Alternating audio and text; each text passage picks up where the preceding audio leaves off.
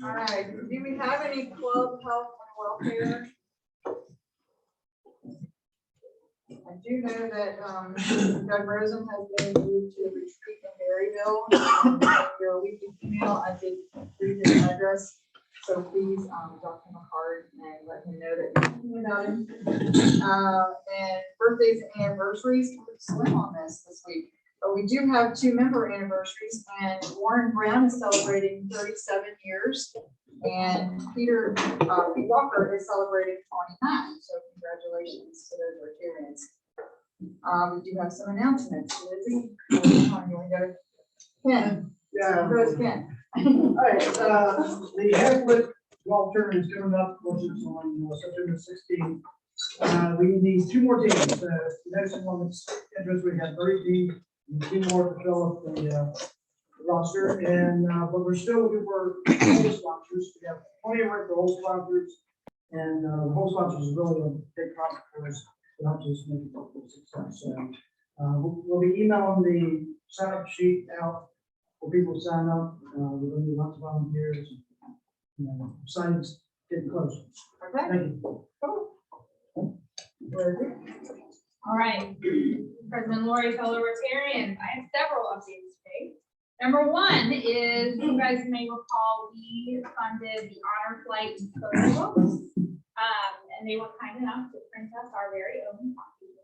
So you're certainly welcome to thumb through that, and I will show you really fast our little ad at the back. I think little. This is our ad at the back. They let us say some nice things. And this gentleman right here is Christy McNaughton. So they were very intentional in their layout. So I'll leave this up here at the front. You guys can check that out. That's number 1. Number 2, Rotary Movie Night has been officially scheduled for Friday, September 9th at approximately 7:30 p.m. We'll have to wait for the sun to go down. That's an outdoor movie at the video. The movie is in Conto, so it's going to be super fun. Feel free to bring your blankets and snacks and all that good stuff. If it rains, keep an eye on the town's Facebook, and we'll share it on the Rotary Facebook as well if there's inclement weather and we have to reschedule the whole thing not. And then the last thing I'll update you on is I have the privilege of serving on the Doc Smith basket team this year. And we are sweetening the pot. For those of you that were here last week, we are collecting 4-pound bags of sugar because that's something we cannot get from the food bank. So we're asking that as Rotarians, if you could pick up an extra bag of sugar and bring it in, that'd be awesome. For each bag that you bring in, our goal is $175. For each bag that you bring in, you get a raffle ticket. Raffle tickets go for, we have 3 cash prizes that have been sponsored by a fellow Rotarian. So the top prize is $250. The second prize is $100, and the last one is $50. We'll be pulling the winners on December the 10th, which happens to be Doc Smith Distribution Day. So make sure to put that on the calendar as well. There's a blue basket up there at the front that the sugars will go in, and there will be one of us here to help you get around to get collected. Any questions on that? There's a lot of work and fully caffeinated today. Awesome. Thank you.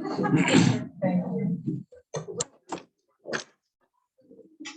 A couple things. There we go. Oh, that's nice. Okay. Well, so we'll need first announcement is we need somebody else to do the camera. This is very interesting. So now I've lost. Doug Stanley Award nominations, please, if you have any, please submit them to me so I can get them to the board when they meet in September. That is a Service Above Self Award. It could be a Rotarian. You do not have to be a Rotarian, but please get me that nomination and any background information supporting documentation you'd like. And then we are continuing to do the work on the sponsorships. So if you do have a business that you run or that you know somebody you'd like to sponsor, or if you notice up there, there are a couple of people that sponsor on their own as individuals, and we'd be happy to get them up there. But that's raising over $30,000 for the club each year, and it's one of our, if not the largest fundraiser we have right now. So that's pretty awesome. So anybody who can help would be great. Third thing I want to do is I want to introduce Bianca. She's here today. Is our exchange student from Norway. She unfortunately is wearing, fortunately she's wearing a football jersey. Unfortunately, she can't play tonight against Clark County because we're about ready to head off to Salem. She's gonna spend the weekend at Smith Mountain Lake with the other exchange student from, she's from Italy, who lives down in the Salem area. And she'll be at George Carnes's boat, I think. I think they're doing something out on the lake with George. And then one of our Rotary, one of our district people that went to Japan last year, or a couple years ago, is rebounded and come back. She's gonna be there with them. So Bianca, you have anything that you wanna say? Introduce yourself. I got you on the camera so your mom can see you. It's really nice to meet all of you all, and it's really fun here. And her favorite thing so far is Target. Target. She fits right in.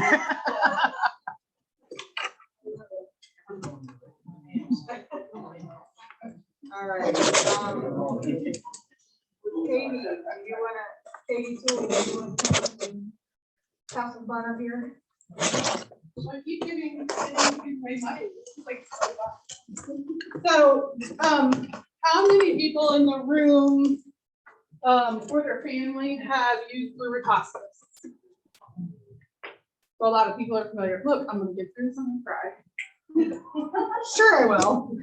So, I'll be honest, and not until a couple months ago had my family use them. I know. And so my grandfather was passing and we called in hospice and my mom was very overwhelmed by everything. And I came to the nursing home for one day. She called me and said they needed to come. And it was just my mom there. And the hospice people showed up pretty much at the same time I did, and they had been coming. And my grandfather was not able to communicate with us, but was very upset, just wiggling and mad, frustrated. And it was making my mom absolutely lose her mind. And the two ladies that came, they said, well, let us clean him up. And I'm like, is that really what the priority is right now? Thank you. You know, so because he had some scrubble on his beard and, you know, as end of life stuff happens. So they kind of cleaned him up, they propped him up, they wiped him down with towels, and he was still upset. And so she was still upset. And honestly, I wasn't crying. I just won't say that right now. So I was being the adult at the time. And then the one nurse, she said, can I shave him? I mean, and this is literally at the end, guys. And I'm like, really? This is what we're gonna do? Like, we're gonna shave him? So my mom's like, sure. So they shaved him and again, popped him up a little more. And as soon as he was shaven and comfortable and stuff, he laid there and he just passed. Like just as calm as could be. And it was just amazing. Those two women took it from one extreme to a complete opposite extreme. And they were so kind in every single way. And our community is so lucky to have you guys. So Jason, if you'll come forward. Yeah, thank you very much. I know, yeah, I'll give you a hug. I didn't think you did that.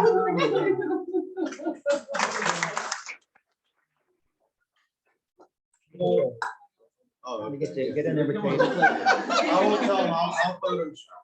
Thanks. I gotta put the check. Oh, yeah. Can I just say real quick? Yes, absolutely. Well, thank you for sharing that story. And I am not a nurse or a doctor. My job is to come out and have, part of my job is to come out and meet people in places like this and organizations like the Rotary that want to support the work that people do for, that our people do for your family and so many of our families. And we just celebrated our 40th year of providing care for people who are seriously ill. And that's our mission. That's what we do every single day. And we try to help people make the best of the rest of their lives and to help make whatever moments in time they have left better than they would have been had we not. called, and I'm glad that was the case for you. And this donation helps us do a lot of things like our grief program. We have special programs for children who may have lost somebody in particular. We're going to be building a new inpatient care center in Winchester. And we've served Warren County for, like I said, 40 years in this entire area. So just thank you all. This helps us do a lot of work for people who maybe otherwise wouldn't have access to care, who don't have insurance and things like that. So we're grateful. And thank you for sharing your story. And anybody that can help us, tell them never hurts to call. I know hospice is a scary word. It scares the daylights out of people. But it really can help make somebody who's seriously ill make the rest of their time much better than it would have been. So thank you all. We're really grateful. Thank you.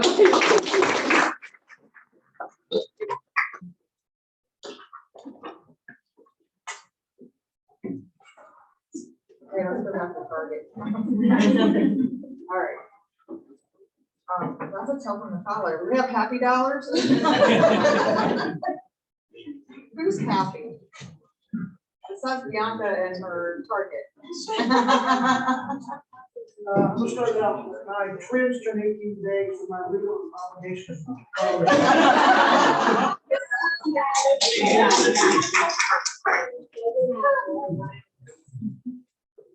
put it on Venmo, because we don't know I'm out of cash. So thankful for that, by the way. So I'm excited and I'm happy because the Concern Hotline Fish Fry is next Friday from 4 to 9 p.m. I have a service person on that board. They serve our whole valley and have for 54 years in housing, and Warren County is one of their biggest recipients of calls. For those of you that don't know, Concern Hotline is our local free anonymous crisis hotline. 24 hours a day, 7 days a week, 365 days a year, staffed by 40 volunteers. And we'll find the right resources. We're incredibly thankful. If you're bored and want to go check out Junk Food, the bands, or you really like a good fish fry, next Friday from 4 to 9 p.m. at the Fairgrounds.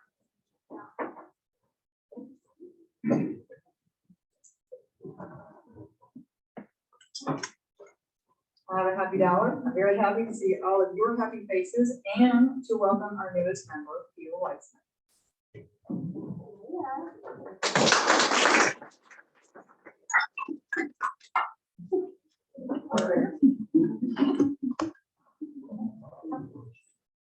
All right, and can I get the attendance report for today, please? President Lori, today Rotarians, today Michelle Ross as a guest. This is my boyfriend James.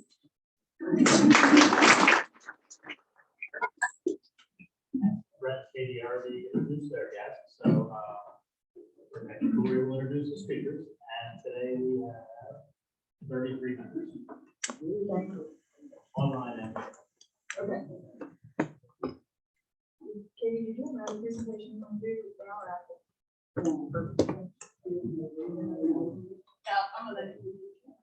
Okay, so you want to come up and introduce? I'll just stand here, I'm gonna change it up. So today our guest is Gerry Miaitico and Chief Gonzalo. I feel like I really want to be like, Gonzalo! To talk to us, to update us kind of on what's going on in our community with fire and rescue. And for those of the, can I tell my story or are you gonna tell it? No, you can't, Oh, that's. as long as you don't cry. So, most of you probably know, but I'll recap a little bit. The other night, 2 something in the morning, my phone went off. I'm on first call for any kind of security issue at the house and stuff like that. Oh, my dad is in. So, and normally it's motion activation, your motion, whatever. Right. So normally I'm like, yeah, fine, go out in the morning. So I'm like, hello, I know the number now. And they're like, there's been a fire detection at that house. I was like, whoa, like I don't even remember getting out of the bed. Somehow I pulled muscle doing that, by the way. But got my clothes on thankfully and headed down to the Apple House. On the way, I was able to pull up my security cameras, for those of you that have business security cameras. I was able to pull them up, look and see that there was smoke in the building. Call 911 back and said, yeah, this is for real. So, actually, by the time that I got there, Gerry Miaitico was in the building. And that was part of the stress. So of course I got there, I wasn't crying, I'm gonna grow up. But I could see the fire department going in and out, running in and out in front of the doors of that house. That didn't help me at all. But, so I got there, I went in, you know, they have all these like huge like equipment and stuff on, you don't really have to have that. But in the meantime, I went one direction, they were in another direction, and Tony and I met in the middle, kind of. Jerry sends me a text message and it's like, are you here? Yeah, I was there. But, we were very lucky. Yeah, right? It could have been so much worse. And for those of you that don't have Knox boxes, the Jerry, hopefully we'll talk about that.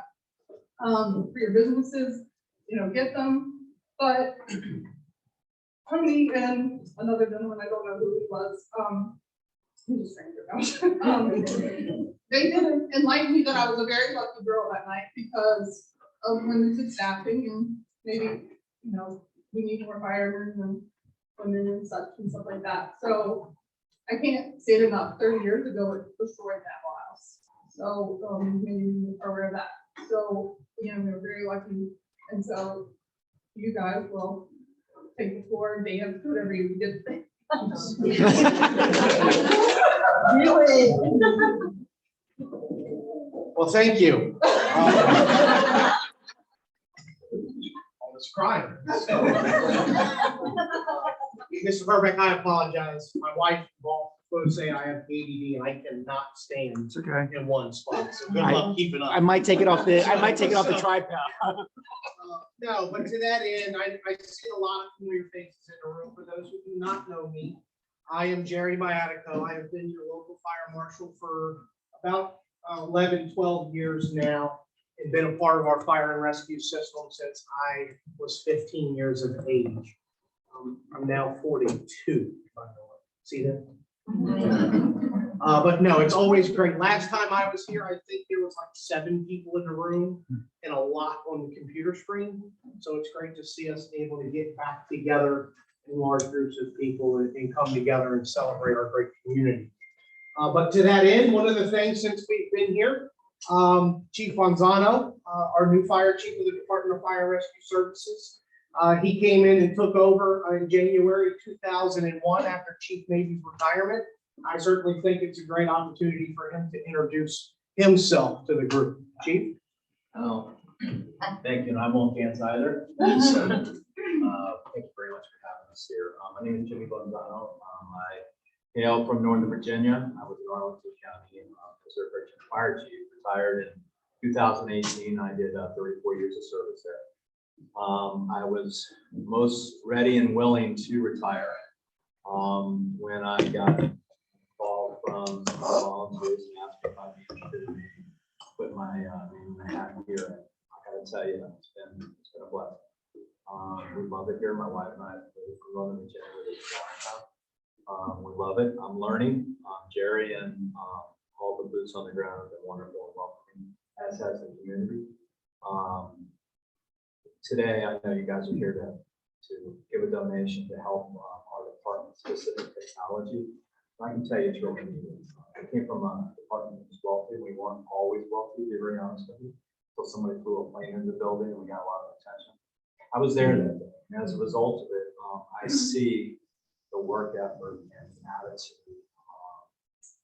here in this county is exceptional. And as a part of that, when we get blessings like this donation means a lot. I can assure you it's going to go through. I'll let Jerry speaks all the specifics as to what we're going to do with that technology.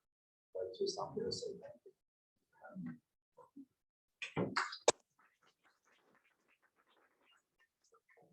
So we wanted to speak briefly on an initiative we have currently taking place through our Department of Fire and Rescue Services. And it's nothing that has changed, certainly COVID kind of eliminated this. We started seeing our buildings close, our activity centers reduce staffing numbers, close to the public. And now that we start to see a rebound with that in our educational centers, our daycare centers, our places of entertainment and dining, we start to see the threat levels increase as it relates to fire. And what I'm talking about is called pre-incident planning. So I want to take you back real quick to elementary school. Some of you have probably done this before, but certainly it's always an impactful statement. I want to play a word association game with you. I usually hand out notepads and pens, but the chief has drastically reduced my, no, I'm kidding. But to that end, I'm going to say a word, a single word, and I want you to put the first word that comes into your head in your mind. Okay, so we're going to play a word association. All right, so the first word, blue. Blue. Second word, cow. Cow. Third word, fire. Fire. Okay, what do we get for blue? Light. Okay. Should have known, Nikki. Okay. What did you get for cow? Milk. Milk. Any cookie fans in here? That's what I just go straight to cookie. Okay. All right. What else do we get for milk? All right. What do we get for fire? Man. Red. Man. Red. Fireman. Water. Water. I'll dance for that one. So obviously, we know, and some that have been involved in this process before the word association game, we really want our communities to take a fire as the 3 Ds. Fire is dangerous, fire is destructive, and fire is deadly. Okay? Every year in the United States, on average, 4,000 people die as a direct result of fire. The one thing that we can prevent, the one thing that we can control, kills 4,000 people every year. That's more people in the United States than all natural disasters combined. Think about that. Can you stop a tornado? Reroute a hurricane? Predict an earthquake? Prevent a mudslide? Hold back floodwaters?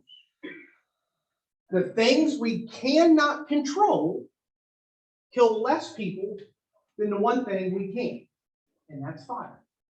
So we use fire as every day to prepare our meals, to heat our homes, to power our cars, unless you're an overachiever, you got one of them battery things now, okay? But the one thing that we use every day and we can control kills more people than the things we cannot. So we know that fire is an inherent risk within our community. But yet,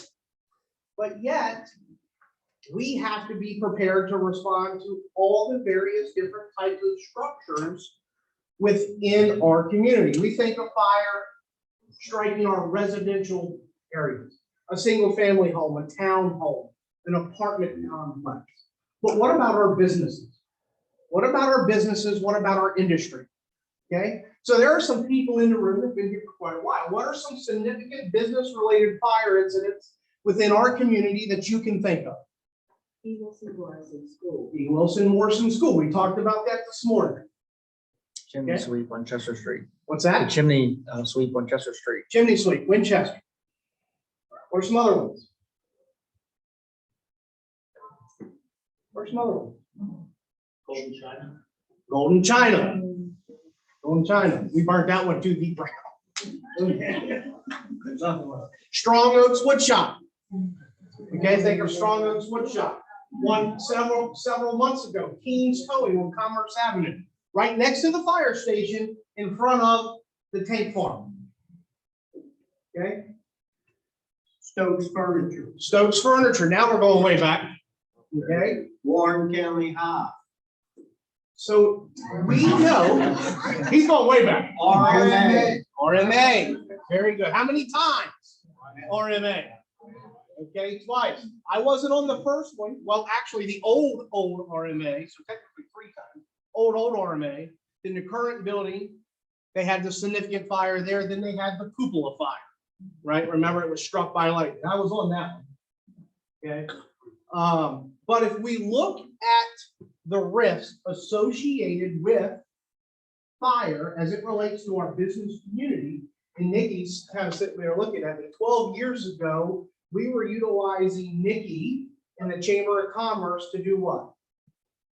To build support of the fire marshal's office. What is the value of having a fire marshal in the community for you, our business-related community? How does it affect our business-related community, and how can we protect you? Understanding that the primary goal of a business is to do what? What's the primary goal of a business? To make money. Okay? To make money. We as business owners think of keywords like profit, loss, labor relations, product, supply chain. Okay, now we have the pandemic occur, right? And now here's your focus shift. How am I going to survive? So survivability, long-term goals, right? The things like exit lights, the things like fire extinguishers, the things like egress paths is not why you open a business. So it's our job to inform you and remind you as that business owner of what that looks like, how you can protect yourself. But understanding that while we try really hard through education, through code enforcement, that sometimes we're gonna have the unthinkable. We're gonna have the rags in the dryer at 2 o'clock in the morning spontaneously catch on fire. Okay, so it's gonna happen, and we know that. So our primary focus now is to get our emergency responders. We've had some turnover, we've had some retirements, we've had some growth opportunities. So we have some young and ambitious firefighters and emergency responders. The men and women in our organization, they've never been into the movie theater on Main Street. They've never been into they've never been into the bowling alley, Main Street Mill, the Apple House. What about our Torrey Plastics fire? Okay, if I remember when we had Torrey Plastics, that fire was extinguished by a single sprinkler head in the building. It shut that plant down for 3 weeks and caused millions of dollars in direct property damage and loss. Okay, but how do we take our emergency responders who respond to over 7,000 calls a year for service and make them familiar with all of the buildings? We do that through pre-incident planning. That pre-incident planning, and the reason I talked about the movie theater and the bowling alley is because guess who was just in the movie theater? In the bowling alley, right? As our emergency responders.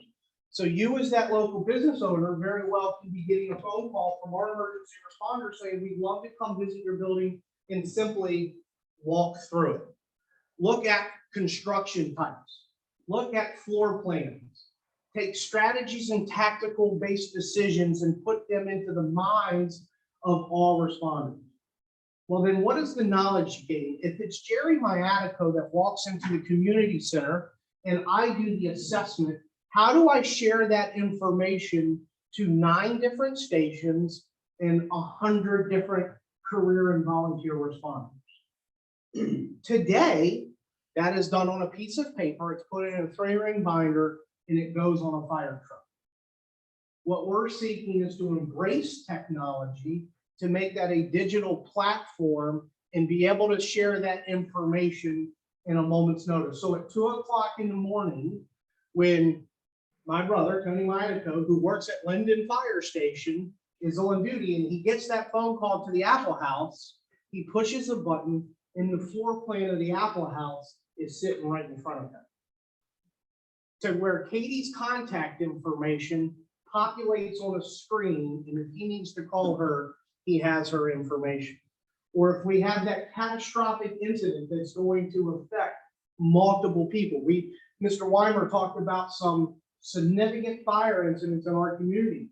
Okay, what is the risk associated with a large fire taking place in our community that affects multiple properties, and particularly when we start looking at our downtown Main Street area, when you have buildings separated by inches. Okay, so we understand that risk. So that's our current initiative.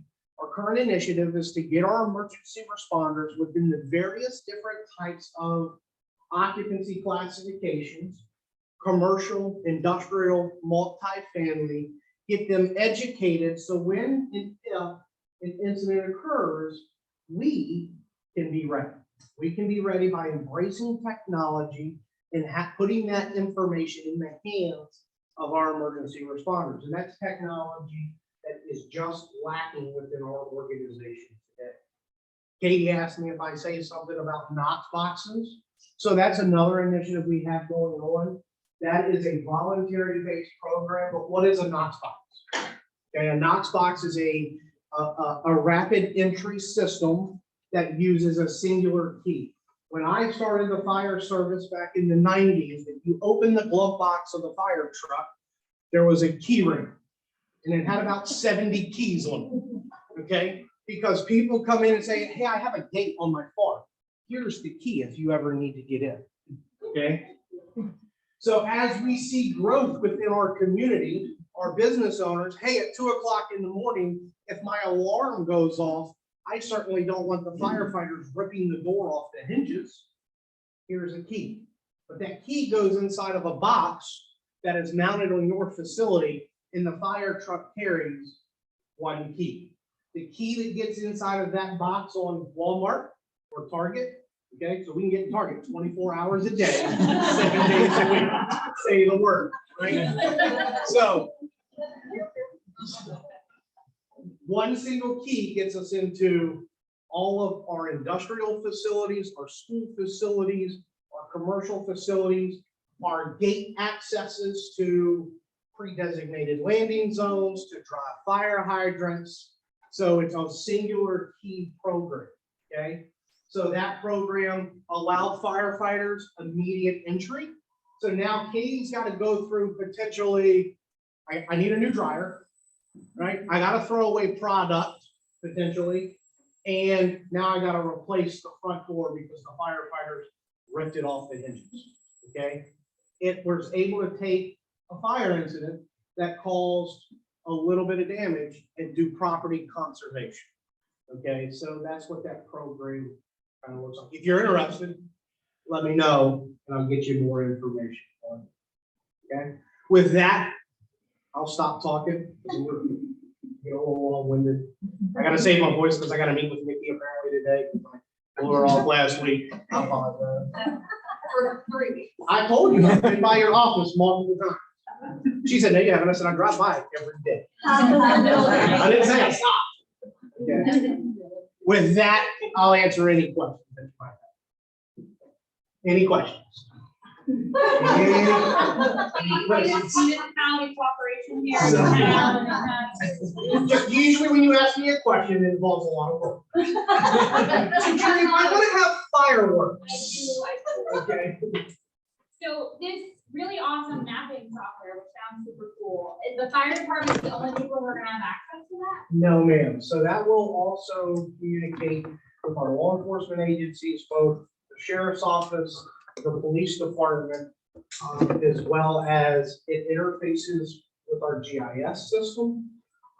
It interfaces with our computer-aided dispatch system. So when they dispatch a call, it's made readily available. We can look at. It interfaces with all of our volunteer responders. Mr. Weimer was talking about today. It was funny sitting back there and listening to him. Sorry to pick on you, sir, to show his age, but he was talking about when they got the first telephone that rang from the dispatch center to the fire station. Okay. And today, by the push of a couple buttons, that call populates on every career person's phone, every volunteer responder's phone. We had a industrial accident at the quarry. I've seen that in the newspaper and on Facebook, right? With a push of a button, the entire county government gets made aware. Mr. Hirsch probably got a text message because he's a key leader within the county response system. So, hey, there's been an incident and it potentially could affect your agency. So when you talk about technology now, it's no longer you got to pick the phone up with the push of a couple buttons. Now the school system starts making their, we've got 522, 340 north and south shut down. How is that affecting school traffic? Okay, how do we start pushing that information out to the parents that buses may be delayed? So when you look at this type of program, it embraces technology, something that firefighters usually, we deal with waters, hoses, axes, but now it's utilizing technology. Was that the digital mapping, is that what you're talking about? That was what I asked. Yeah, the Department of Ed just provided all school systems resources to purchase and contract with digital mapping companies. We selected a company and already have a contract, and they're getting ready to do that in the next couple of months. And I tell you, the presentation that we saw was impressive. I mean, not only do they digital map, where the water mains are, gas and all that, even the surrounding areas of the school systems. It's incredible. So the school system mapping can be uploaded in our program at immediate or relative available access in the event of one, not only a fire emergency, but now communicate to our law enforcement agency. So when we're at a unified command post, in the event of a hostile threat in our school, we're all looking at the same thing. What do you need to make this reality? I mean, so to that end, we've received a price quote as it relates to this software program to be able to get us started. We already have the iPad systems in all fire trucks and response vehicles. But the quote we received to start the program would be about $10,000. So Gerry. So last year, all these people in this room worked really hard and raised a lot of money. And we thought we would give it to people. We didn't want to give it to you, but yeah, cheap people love that. So on behalf of the Front Row Rotary Club, here's a check for $9,000. And behalf of the Apple House, here's a check for $1,000. Oh, that's awesome. Thank you so much.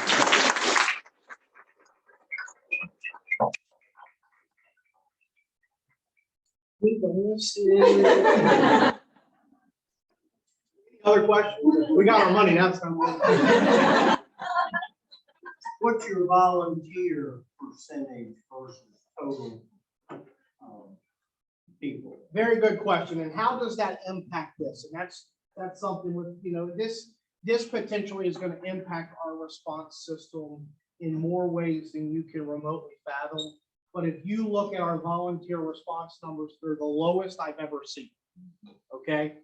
Obviously, I got in the fire service just before 9/11, and it was a thing that the community does. Then after 9/11, every day there were firefighters and police officers and uniform service members for our military on the TV every day.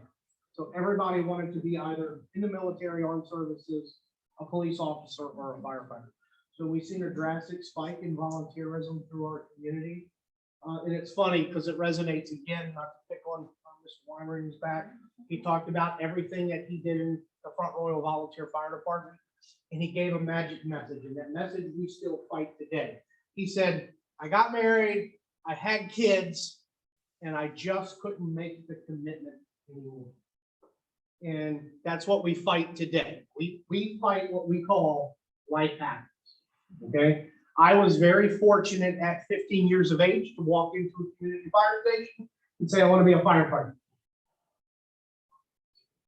I got and made it my career. I found out one day that somebody would give me a paycheck for what I was doing for free. But as you have kids go off to college, they find loved ones, and they establish a family, the availability and volunteerism is just not where it is today. Right now, we're not the only ones suffering from that, just to put it in perspective. Some of our Rotarians have been here a long time.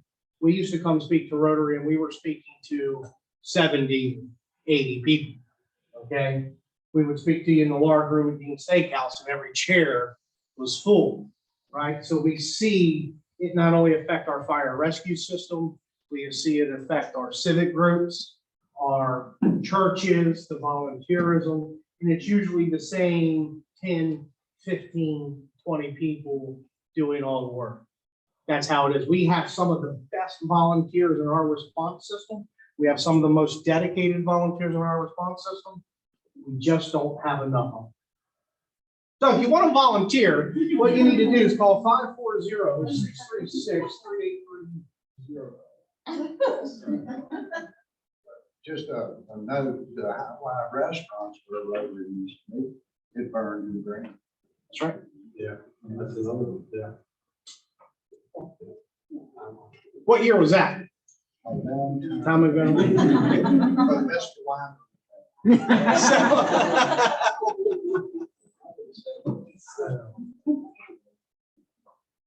So again, Chief Bonzano, myself, the Department of Fire and Rescue Services always appreciates our community support, your organizational support. We certainly always, and please call us, just not to give us money. We're always willing to come and speak to you. But thank you very much. We appreciate it. Thank you very much for coming today.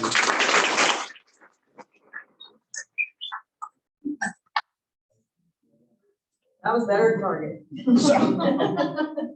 Okay, do we have a raffle, Brian? Not today? Okay, that's fine. Board members, will you please stay after for a brief meeting, when we adjourn today? You're off the hook next week. You get to celebrate Labor Day weekend and have some fun, but we're gonna be, at Samuel's Public Library. Thank you, Michelle. On September 9th, so we'll see you back there, and I'll send you a reminder that we're not meeting, and so you can go have extra hamburger and hot dogs.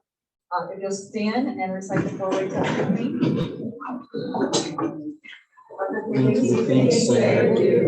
First is the truth, second is a fair law and concern, third will it build goodwill and better friendships, fourth will it be beneficial to all concerned. Have a great week. 2 weeks. Thank you, sir.